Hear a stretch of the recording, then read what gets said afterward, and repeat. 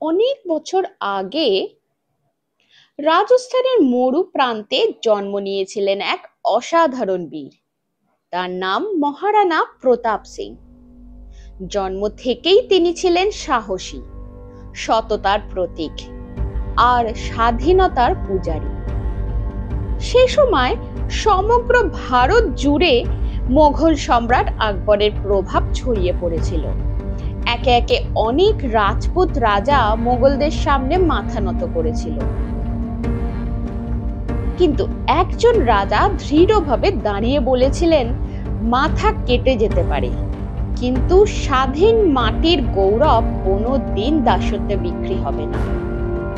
সেই রাজা ছিলেন মহারানা প্রতাপ সিং। এরপরে আসে সেই বিখ্যাত হলদিঘাটের যুদ্ধ। আকবরের সেনাপতি মান সিংহ বিশাল বাহিনী নিয়ে এগিয়ে এলেন। অপরপক্ষে রানা প্রতাপের সেনার সংখ্যা ছিল খুবই কম, কিন্তু রানা প্রতাপ জানতেন যুদ্ধের জয় মানে শুধু সংখ্যার লড়াই নয়, মনোবলের লড়াই। তার প্রিয় ঘোড়া ছিল চেতক। চেতকই ছিল তার সবচেয়ে বড় সহযোদ্ধা। যুদ্ধক্ষেত্রে প্রতাপকে নিয়ে চেতক ঝড়ের বেগে আক্রমণ চালাতো। এক সময় শত্রুর মাঝখানে প্রবল আঘাত করে শত্রুকে মেরে সে প্রতাপকে বাঁচায়, কিন্তু দুর্ভাগ্য, চেতক গুরুতর আহত হয়।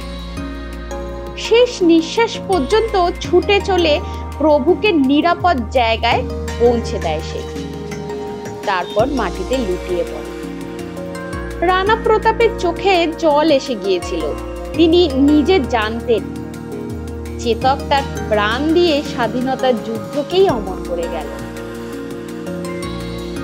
যুদ্ধে জেতা যায়নি, কিন্তু রানা প্রতাপ হার মানেননি। তিনি পরিবার ও প্রজাদের নিয়ে পাহাড় অরণ্যে আশ্রয় নিয়েছিলেন। কখনো শুকনো ভুট্টার রুটি, কখনো বা বনজ শাক খেয়ে বেঁচেছিলেন, কিন্তু মুঘলদের কাছে আত্মসমর্পণ করেননি। ধীরে ধীরে তিনি তার প্রজাদের সঙ্গে মিলিত হয়ে আবার মেওয়ারের বহু অংশ পুনরুদ্ধার করলেন। মহারানা প্রতাপের জীবন আমাদের শেখায়, সত্যিকারের বীর মানে জয়ী হওয়া নয়, মাথা নত না করা। স্বাধীনতার জন্য কষ্ট, ক্ষুধা, দারিদ্র সব সহ্য করা যায়। আজও রাজস্থানের মরুপ্রান্তে প্রতিটি কোনায় ধ্বনিত হয় মহারানা প্রতাপের নাম। আমার এই গল্পটি ভালো লাগলে লাইক, শেয়ার আর সাবস্ক্রাইব করতে ভুলবেন না।